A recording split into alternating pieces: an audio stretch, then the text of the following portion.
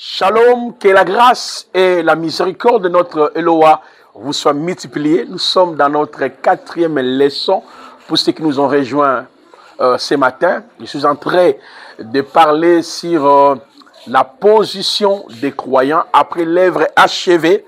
C'est un ouvrage que je viens de publier il y a cela quelques mois. Alors, comme on n'avait pas eu le temps de pouvoir exposer en détail, et lui nous a fait grâce afin que nous puissions chaque matin cogiter ensemble avec vous sur cet ouvrage. Vous pouvez même le télécharger gratuitement via notre site internet www.institutbibliquedekinshasa.org. La position des croyants après l'œuvre achevée à la croix. Quelle est la position que nous occupions après la croix et la résurrection? C'est ce que nous sommes en train d'étayer chaque matin. Je crois par la grâce de notre Elohim, cet enseignement a pour but de nous aider à pouvoir repérer notre nouveau statut à travers l'œuvre achevée. La croix étant la puissance d'Elohim qui sauve, et l'œuvre accomplie, c'est la résurrection, étant la puissance d'Elohim qui nous communique la vie divine. N'oublions jamais, il y a déjà le tome premier où j'ai exposé sur la position qu'on avait avant la croix et ce que Yahushua a fait pour nous à la croix. Le tome 1 est aussi gratuit, disponible via notre site. Vous pouvez aussi les télécharger si c'est possible, pourquoi pas, de pouvoir envoyer cet ouvrage-là à tes frères, à tes sœurs, à ton pasteur, bishop, ainsi que les différentes vidéos que vous trouverez via toujours cette chaîne YouTube. Quand vous alliez sur le playlist, vous trouverez toutes les vidéos. Il y a 23 vidéos où j'ai détaillé ce que nous étions avant la croix et ce que Mashiach a fait pour nous à la croix. Mais pour l'instant, nous sommes dans le tome 2. La position des croyants après l'œuvre achevée à la croix. Je voudrais que nous puissions remercier notre Elohim Yahweh pour notre 4e séance, parce qu'il est là, il nous parle, il nous laisse sans mots pour que nous puissions mieux saisir la pensée de Yahweh. Prions. Merci El Shaddai, El Elyon Haolam Mashiach, pour la vie éternelle, pour la position nouvelle que tu nous as donnée à travers la croix et la puissance de la résurrection. Parle-nous, guide-nous, oriente-nous à travers cet enseignement, que nous puissions être élucidés, guéris et restaure la vie de plusieurs. À ton nom, glorieux notre Adonai Yahushua. Amen. Alors, dans la 3e séance, nous avons tenté d'exploiter Deutéronome 21, le verset 10 à 15, où il y a une loi de la guerre. Et dans cette loi, il est dit clairement, lorsque vous irez à la guerre, si parmi les captifs, il y a une femme belle de figuier, tu prendras cette femme et tu la ramèneras chez toi. Je l'ai décortiqué vraiment avec des précisions. Et je vous ai dit que cette loi-là nous renvoie sur ce que Yahushua a fait pour nous à la croix de Golgotha. Mais ce matin, je vais justement attaquer le chapitre 1er. N'oublions jamais que cet ouvrage a 2 chapitres. Dans le chapitre 1er, la nouvelle position et identité des croyants après l'œuvre achevée de Yahushua. Ça, c'est le chapitre 1er. Et le chapitre 2e, les autels et les liens familiaux face à l'autel de Golgotha. C'est un ouvrage justement de 97 pages où nous avons essayé de faire comprendre aux croyants que nous sommes, vous avez une identité, une position nouvelle à travers l'œuvre achevée et l'œuvre de la croix. Alors ce matin, nous allons entamer la puissance de la résurrection, parce que je nous ai dit, la croix, c'est la puissance de Elohim qui sauve. 2, la résurrection, je nous ai dit, c'est la puissance de Elohim qui nous communique la vie divine. Par la croix, nous sommes bénéficiaires de 21 actes rédempteurs qui explique ce que Yahushua a fait pour nous, mais par la résurrection, nous avons obtenu, c'est-à-dire par la croix et par la résurrection, nous avons obtenu 31 bénéfices. Vous voyez, la croix nous donne 21 bénéfices, la résurrection nous octroie 31 bénéfices. Donc, grâce à la croix et la résurrection, nous avons une position et une identité. Cette position et identité nous donne la possibilité de dominer Satan, de dominer les démons, de triompher les liens familiaux, les autels familiaux, les alliances maléfiques, les liens familiaux. Pourquoi? Par la puissance de la résurrection, nous sommes unis avec Mashiach par notre esprit. C'est pour cela que j'ai abordé les 31 bénéfices d'une manière générale, mais ce matin, nous allons maintenant décortiquer chaque moyen pour que vous puissiez être éclairés. Fiancée et épouse de Hamashiach, l'enfant d'Élohim, une nation sainte, le peuple acquis, les ouvriers avec Yahushua, les ambassadeurs de Hamashiach, je suis dans la page 46 et 47, les laboureurs de Hamashiach, le roi d'Élohim, les sacrificateurs ou prêtres d'Élohim, l'église de Yahushua, les troupeaux, le brebis et les agneaux d'Élohim, l'ensemble d'Élohim ou des saints, le pierre vivante, les aigles de Hamashiach, la maison de Elohim, le temple du Saint-Esprit, les concitoyens de saints, les athlètes et les soldats d'Élohim, les étrangers et voyageurs sur la terre, les lettres d'Élohim, le sel de la terre, la lumière du monde et les 7 chandeliers, les chants et l'édifice d'Élohim, l'ouvrage d'Élohim, les témoins de Yahushua, les missionnaires d'Élohim, les esclaves et serviteurs d'Élohim, les concitoyens de cieux, les gestionnaires intendants d'Élohim, le frère de Yahushua, les amis de l'époux. Là, c'est notre identité. Dans la 3e leçon, je vous ai dit, tous ces moyens constituent la base légale de notre identité, de notre union, de notre réunification.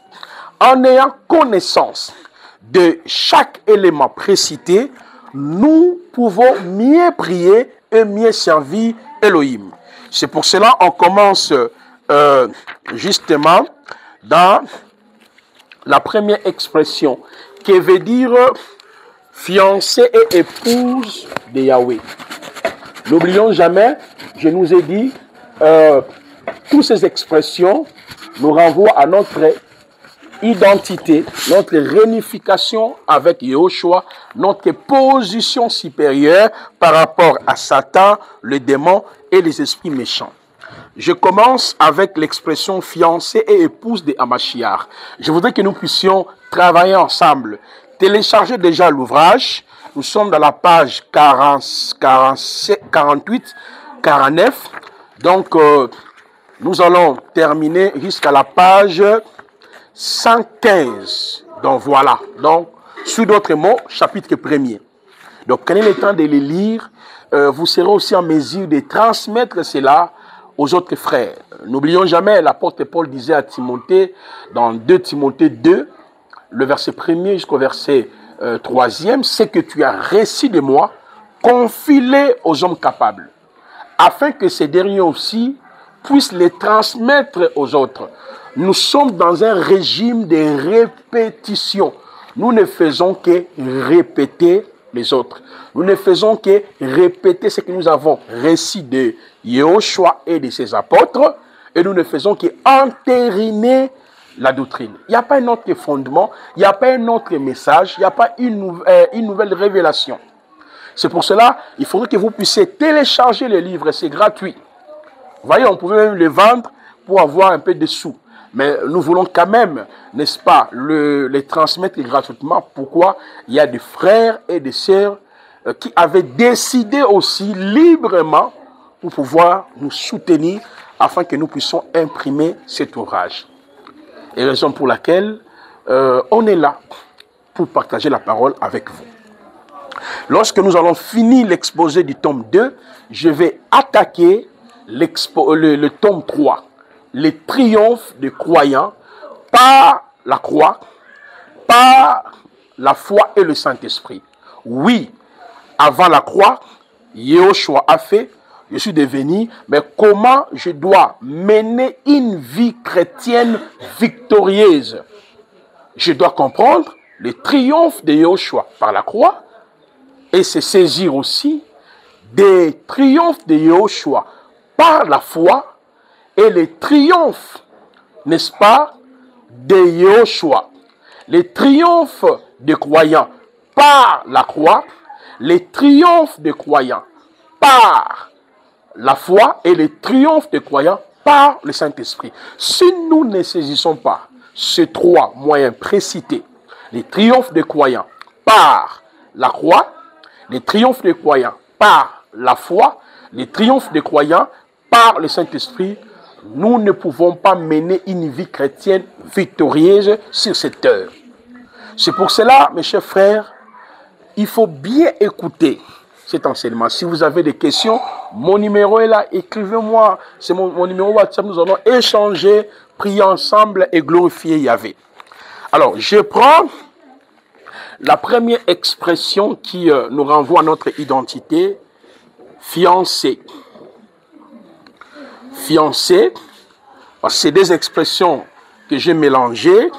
Deuxième expression, c'est épouse.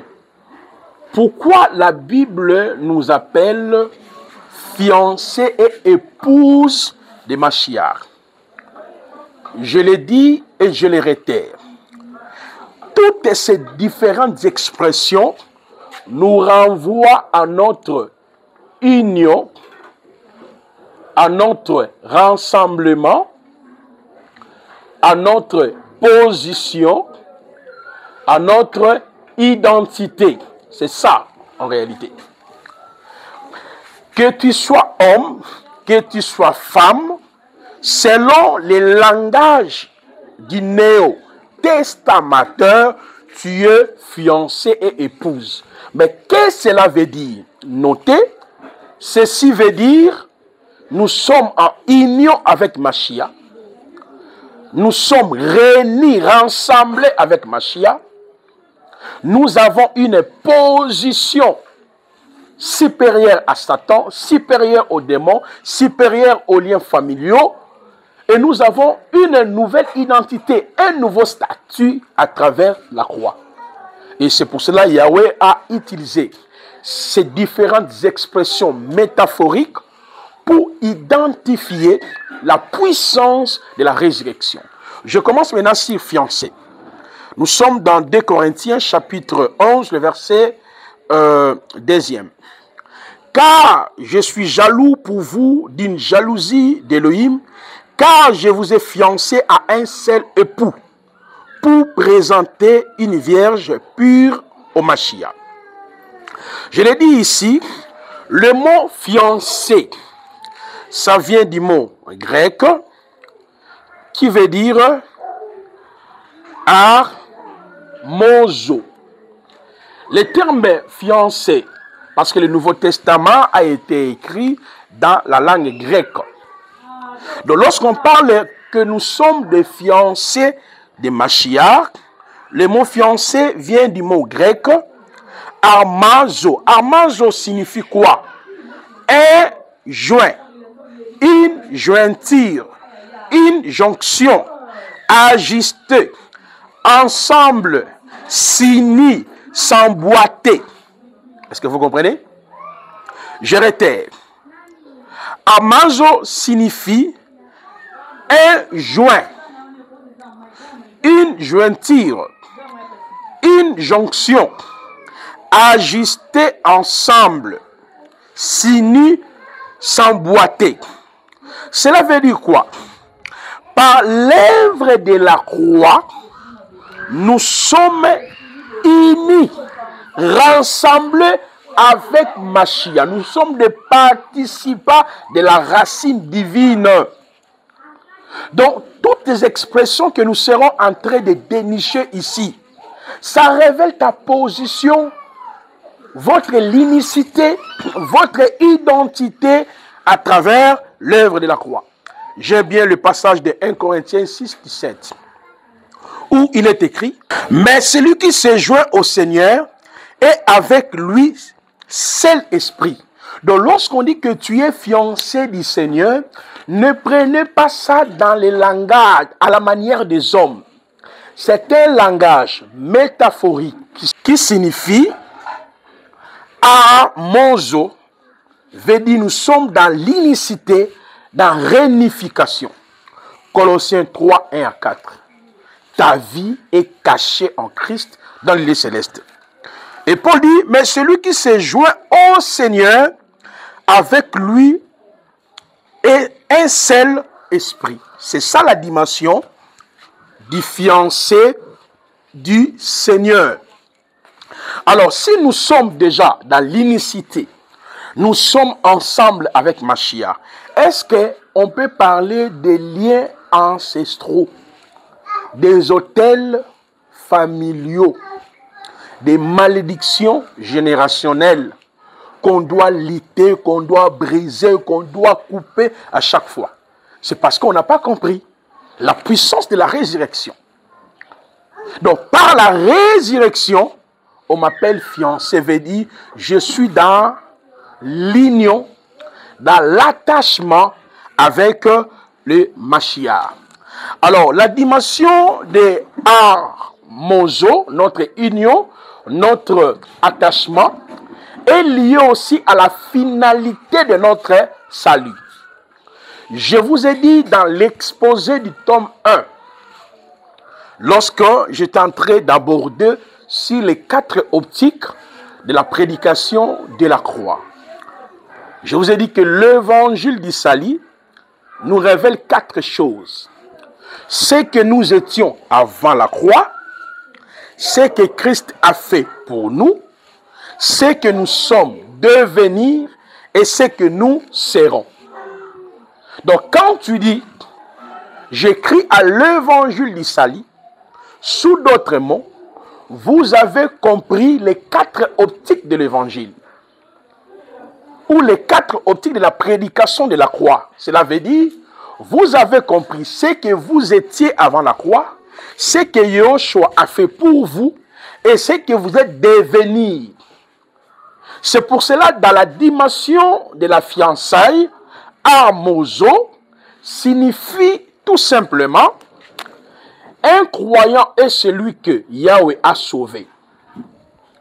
A sauvé, ça c'est la croix. Donc par la croix, nous sommes armozo. Armozo, c'est-à-dire jointis, s'emboîter, unis avec Christ. Les histoires des autels est tombées, des malédictions est tombées. C'est pour ça que les gens luttent, je coupe, je combats. Tu es ignorant de ton identité. Tu es ignorant de ton attachement. Vous avez reçu le pouvoir de parler au problème et de s'adresser à votre Père en réclamant votre identité en lui. Ce n'est pas de recourir sur le jeûne des retraites en se nivelant avec les gens de l'Ancien Testament. Non.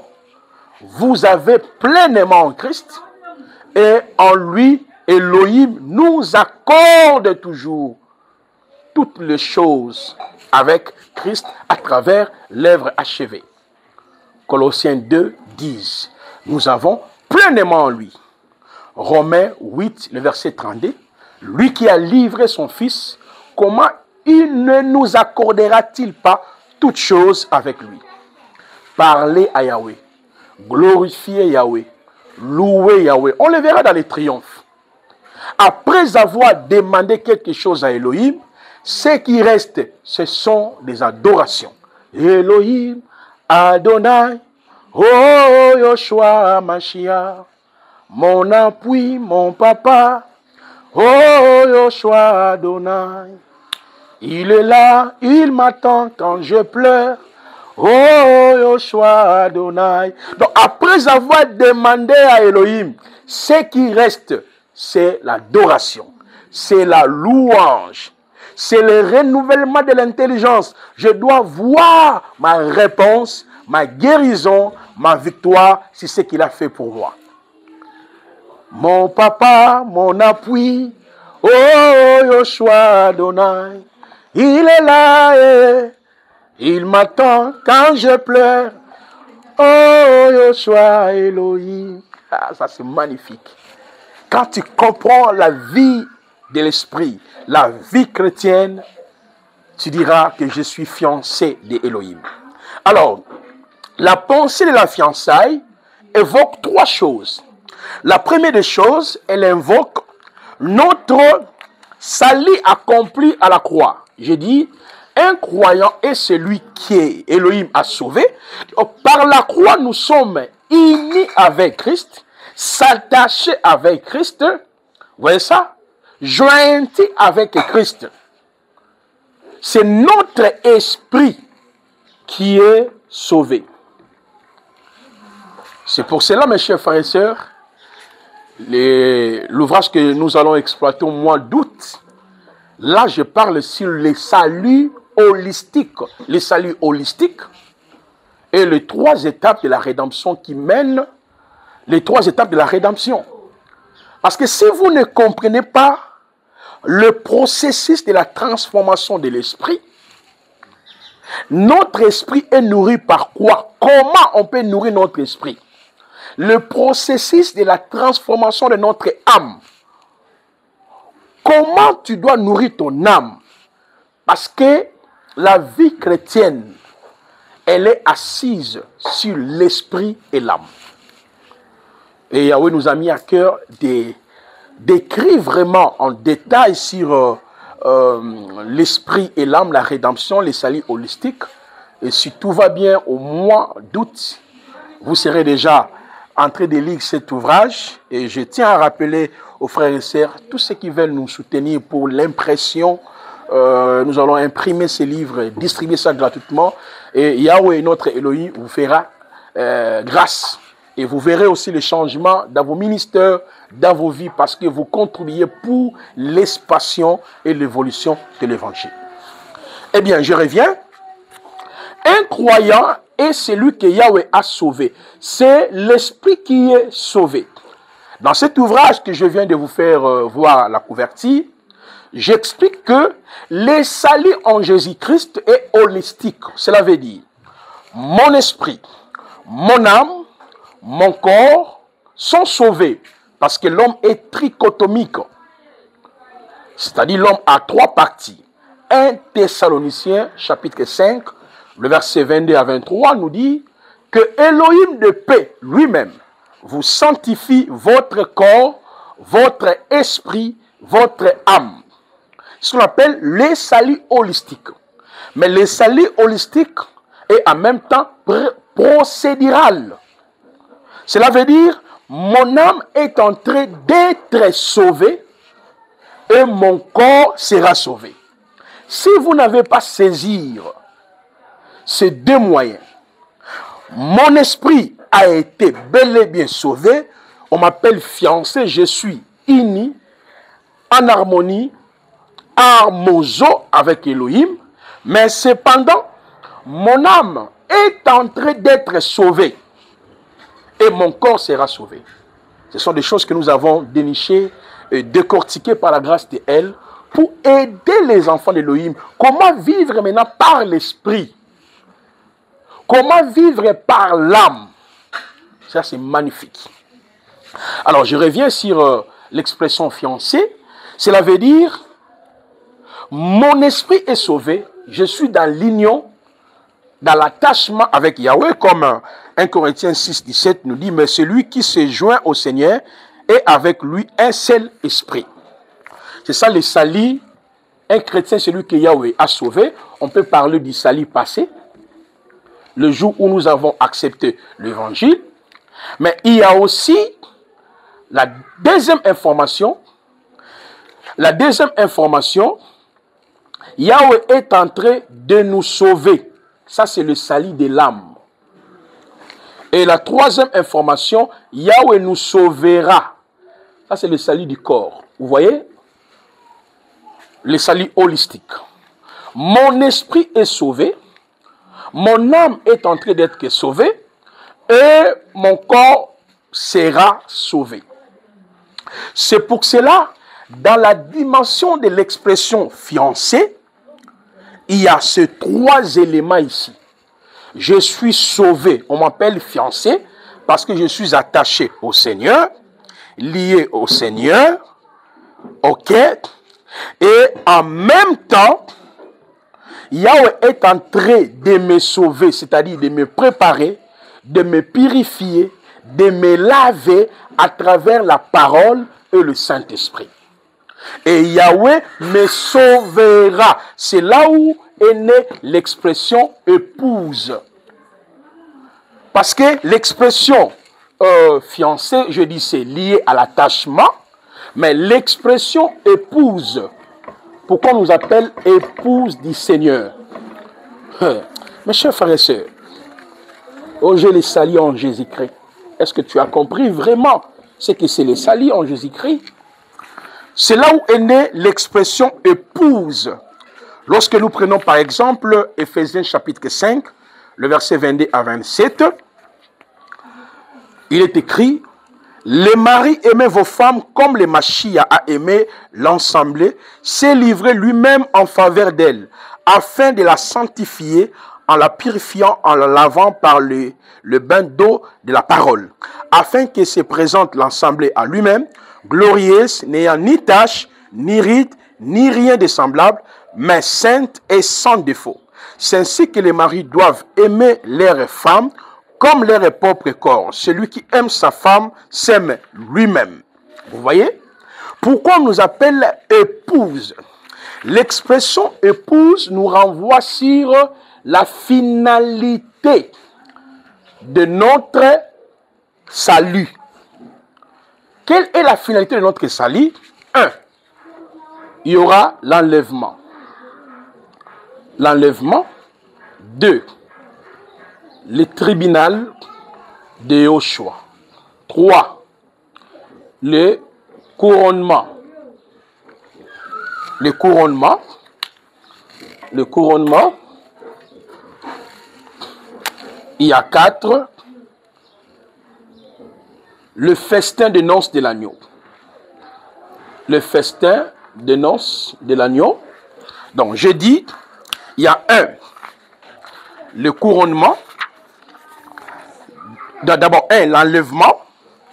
2. Le tribunal de Yoshua. Le tribunal de Yoshua. 3. Le couronnement. 4. Le festin de noces de l'agneau. 5. Le règne millénium. 6. La félicité éternelle. Donc, lorsque la Bible parle de l'Église étant épouse du Seigneur, ceci est attaché à la finalité de notre salut avec Yahushua. Et cette finalité est basée sur le 6 piliers futuristes de l'Église. Là, on verra ça par la grâce du Seigneur. Tome 4. Le tome 4, c'est là où je vais cogiter sur le 6 piliers futuristes de l'Église, la doctrine de l'enlèvement, le tribunal de Yoshua, le couronnement, le festin de noces de l'agneau, les règnes millénium et la félicité éternelle. La félicité éternelle, on verra aussi les différents courants par rapport à la doctrine de l'enlèvement, le tribunal de Yoshua, le couronnement, le festin de noces de l'agneau, les règnes millénium et la félicité éternelle. Mais il faudrait que nous puissions bien saisir que l'expression fiancé nous renvoie par rapport à la rédemption de l'esprit et à la rédemption de l'âme. Parce que notre esprit est sauvé, notre âme est en train d'être sauvée, mais l'expression épouse nous renvoie par rapport aux 6 piliers futuristes de l'Église, c'est-à-dire la finalité de notre salut en Jésus-Christ. Alors, je dis, il y aura d'abord l'enlèvement. L'enlèvement, ça c'est l'enlèvement, ça c'est le premier pilier. Mais il y a une information importante aussi que je voudrais ajouter. Lorsqu'on nous appelle aussi épouse, c'est par rapport à notre attachement et à notre reine avec Yehoshua.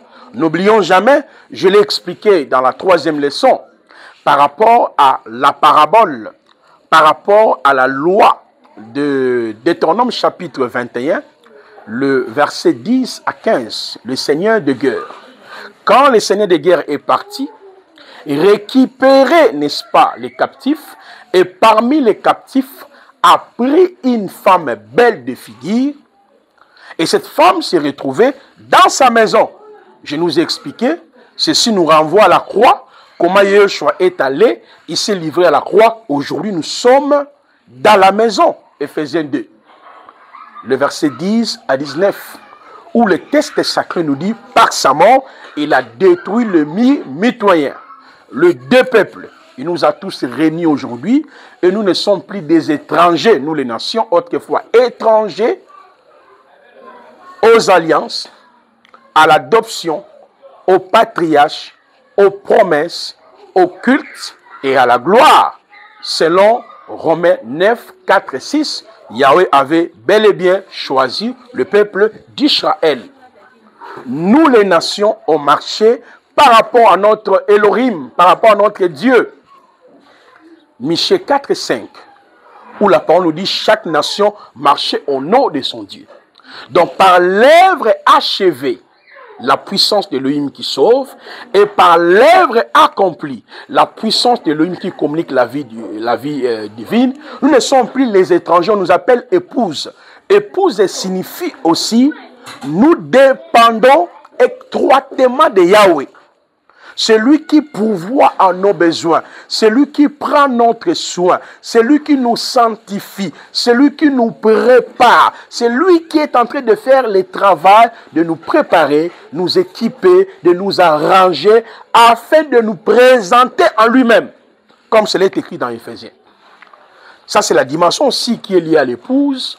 Mais il y a aussi ces 6 informations qui est liée à l'épouse, c'est l'enlèvement. C'est pour cela, dans cet ouvrage, on a tenté de donner quelques passages.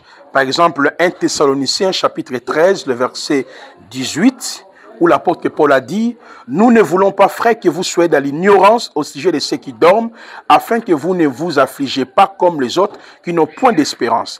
Car si nous croyons que Yahushua est mort et qu'il est ressuscité, croyons aussi que Elohim ramènera par Yahushua avec lui ceux qui sont morts. Voici en effet ce que nous vous déclarons d'après la parole du Seigneur.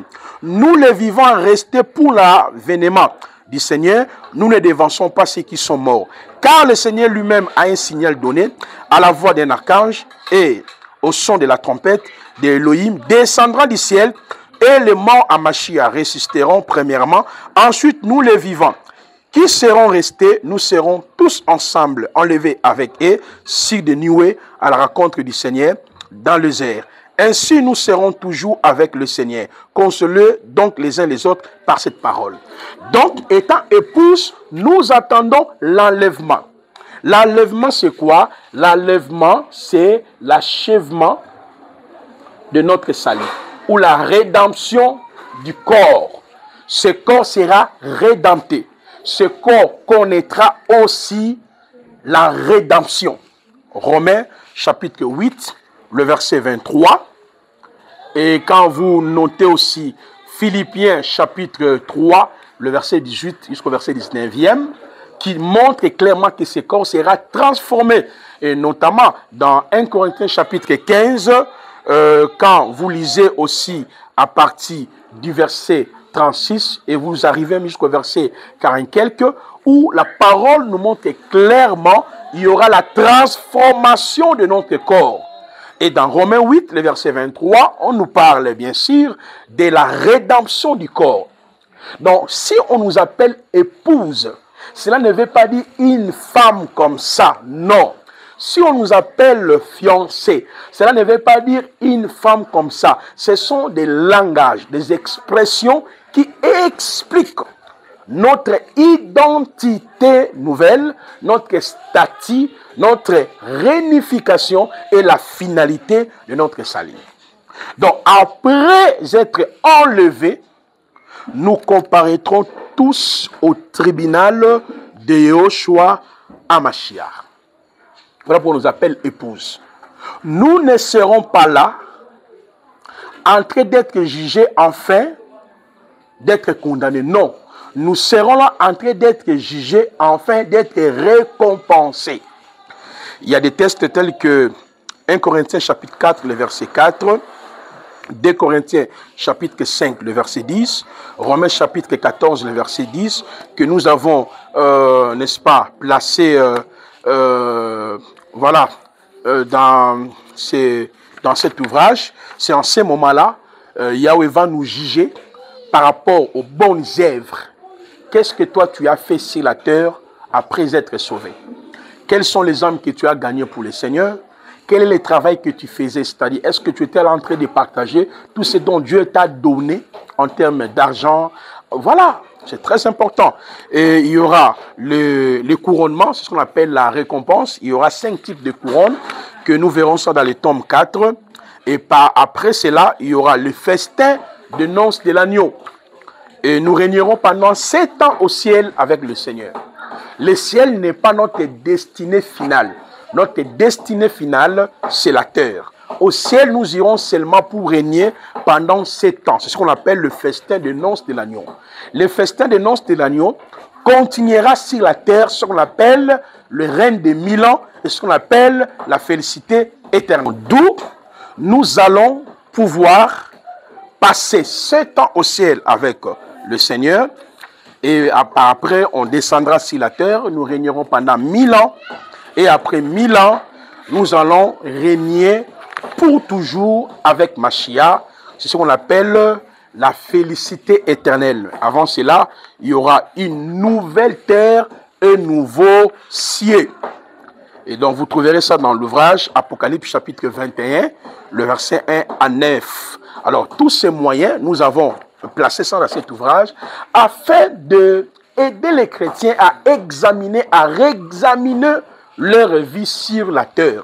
Parce que les gens ne comprennent même pas pourquoi ils sont sur la terre. On verra ça. Pourquoi l'Église existe sur la terre. À travers ces expressions, on va découvrir le but pour lequel nous sommes sur la terre. Mais pour ce matin, on a compris. L'expression fiancé, c'est lié à notre rédemption, n'est-ce pas, de l'esprit, notre union, notre attachement. L'expression fiancé est liée aussi au travail de l'âme que Dieu est en train de faire, de nous préparer, de nous arranger. Et de la même manière, je dis, l'expression épouse est liée aussi à cette préparation, à cet arrangement, mais c'est beaucoup plus à la finalité de notre salut, parce qu'un croyant est celui que Yahweh a sauvé, ça c'est la croix, les salut de l'esprit, et Yahweh continue de sauver les salut de l'âme, les renouvellements de l'intelligence, la manifestation du caractère de Yahweh, les renoncements au péché, aux mensonges, aux pratiques fétichistes, les œuvres de la chair, et Yahweh sauvera, c'est ça la dimension de l'épouse. Donc là, quand nous quitterons la terre, nous serons ensemble avec les morts en Christ. Nous comparaîtrons tous au tribunal de Mashiach. Nous serons jugés par rapport aux dons spirituels que Yahweh nous a donnés. Nous serons jugés par rapport aux bonnes actions que nous avons manifestées sur la terre. Nous serons jugés par rapport à la mission que Yahweh nous avait confiée sur la terre. Et par après, il y aura le couronnement, c'est-à-dire la récompense au ciel. Et par rapport à ce que Mashiach a dit dans Jean 14, 1 à 3, il y a plusieurs départements des mers dans le ciel. Et après cette période de 7 ans au ciel, il y aura 7 ans de souffrance sur la terre. Yahushua viendra à la fin des noces de l'agneau, à la fin de notre règne avec lui. 7 ans, à la fin, il descendra sur la terre. Il va combattre contre l'antichrist et les faux prophètes. Et par après, l'Église descendra sur la terre afin de régner avec Yahushua pendant 1000 ans. Et après 1000 ans, Satan qui a été fermé pendant la descente de Yahushua sera relâché pour séduire quelques habitants de la terre, conformément à l'Apocalypse 20, le verset 1 jusqu'au verset 13e, Apocalypse 20, verset 1 à 13e, et alors il y aura la dévastation et la destruction définitive de Satan, et par après, le changement de la terre, on appelle nouvelle terre, et le nouveau ciel, et en ce moment-là, il y aura la félicité éternelle. Nous régnerons pour toujours avec Yahweh. Alors nous arrivons à la fin pour ce matin. Partagez cette vidéo, invitez les autres. Nous allons nous retrouver demain, par la grâce du Seigneur. Demain c'est vendredi. Nous allons nous retrouver pour pouvoir partager la parole et expliquer ces différentes expressions. Ça va beaucoup plus nous aider à prier et à parler à notre Yahweh, parce que ça nous aide à comprendre notre unification, à comprendre notre identité, notre position, notre réunification, notre unicité avec Yahweh. Alors on va parler à notre Père, il devient notre Père, c'est lui qui nous gère, il a droit de nous guérir, il a droit de restaurer, il a droit de le faire, n'est pas parce que j'ai pris, c'est parce qu'il m'a sauvé.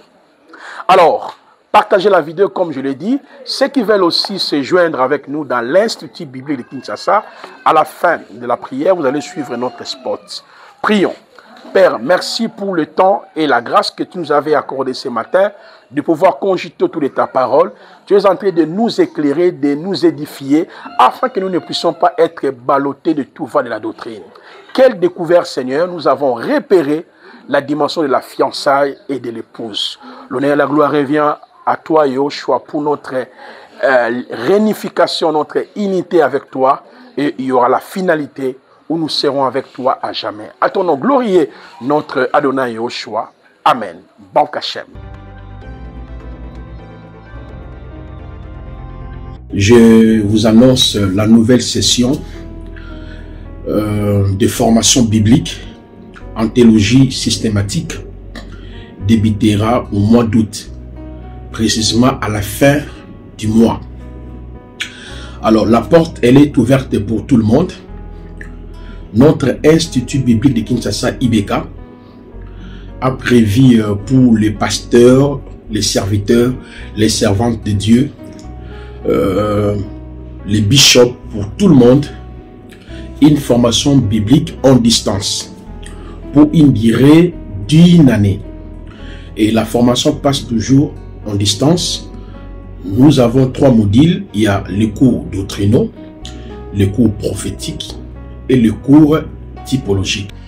Parmi les cours doctrinaux, nous avons Yehoshua Hamashialogie. Qui est réellement Yehoshua? Est-il Elohim du Veto testamentaire? Les 7 paroles prononcées avant, pendant, après, les 3 ailes des ténèbres à la croix par Yehoshua. Les changements du sacerdoce lévitique et l'appel au ministère de la parole selon Ephésiens 4:11. Le lieu du sacerdoce lévitique, type de Yehoshua et son église, les tabernacles, la sotériologie, le mystère du torrent du sanctuaire et la grande vérité sur les salis, l'initiation à la langue hébraïque, comment lire et comprendre la grammaire biblique, l'aperçu panoramique de la Bible, comment interpréter la Bible du Tanakh à la Nouvelle Alliance, la pneumatologie, qui est le Saint-Esprit et comment opérer dans les dons spirituels, l'angéologie biblique, la doctrine des anges du Tanakh à la Nouvelle Alliance, l'histoire de l'Église, la préparation de l'épouse, Église, le mystère caché et révélé. Et nous avons des sous-cours tels que la doctrine de l'enlèvement, la doctrine des tribunaux de Christ, la doctrine des festins de noces de l'agneau, la doctrine du règne millénium, ainsi que la doctrine de la félicité éternelle. À part ces cours doctrinaux, nous avons aussi le cours prophétique. L'interprétation du livre d'Apocalypse, du chapitre 1 au chapitre 22, les 7 sceaux, les 7 trompettes, les 7 coupes de la colère de Yahvé, les 70 ans de captivité d'Israël en Babylone, la prophétie sur les 70 semaines vues par Daniel, la distance d'un jet de pierre et les cailloux blancs, la marque de la bête et le 666, l'Israël et les nations dans les perspectives prophétiques, l'histoire d'Israël dans le passé, présent et futur, l'histoire des nations dans le passé, présent et Fiti. Ce sont les cours prophétiques que nous avons prévus dans l'Institut biblique de Kinshasa, l'IBK. À part ces cours prophétiques, nous avons aussi les cours typologiques. Les 7 fêtes de Yahweh, plusieurs fêtes dans une seule fête et les autres fêtes. Les 12 fils d'Israël sur la poitrine du souverain sacrificateur. La création en 7 jours, lire et comprendre la pensée de Dieu. Le mystère des chiffres dans la Bible.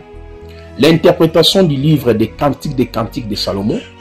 L'interprétation de toutes les paraboles, les 47 paraboles prononcées par Yoshua. L'étude de quelques personnages bibliques. Je tiens à vous dire, en ce qui concerne l'étude de quelques personnages bibliques, nous avons plusieurs cours à l'intérieur.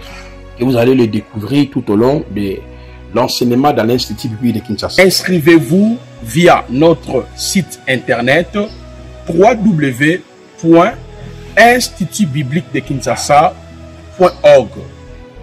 Et la procédure, elle est simple. Entrez dans le site, prenez votre inscription, remplissez toutes les conditions qu'on vous demande. Une fois que vous avez fini de remplir toutes les conditions requises, l'un des administrateurs entrera en contact avec vous. Vous allez payer justement le $20, les frais d'inscription, et après cela, on va vous intégrer dans notre groupe de l'Institut biblique de Kinshasa. C'est là où nous envoyons les différents cours. Alors, la procédure est simple.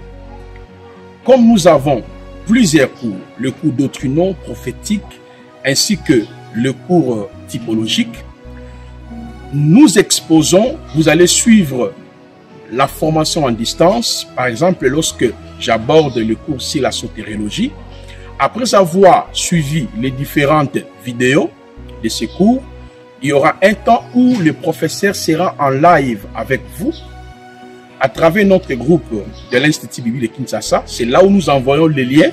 Vous pouvez vous connecter pour pouvoir poser toutes les questions qui sont relatives au cours que vous venez d'apprendre.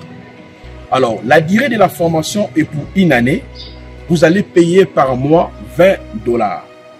Donc, comme nous avons 12 mois, et chaque mois, vous payerez $20.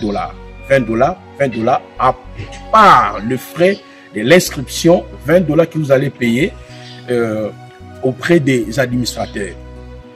À la fin de cette formation, vous serez sanctionné par un diplôme en maîtrise en théologie systématique. Le temps est arrivé, hâtez-vous, inscrivez-vous, prenez part à l'Institut biblique de Kinshasa, IBK. Hâtez-vous, la porte elle est ouverte pour tout le monde. Nous allons terminer les inscriptions avec les étudiants au mois de septembre. À la fin du mois d'août, on commence déjà la nouvelle session. Donc, une fois que vous respectez toutes ces procédures que nous venons d'énumérer, et c'est en ce moment-là, vous serez accepté dans notre Institut biblique de Kinshasa. Baruch Hashem, que la grâce et la paix de notre Elohim vous soient multipliées.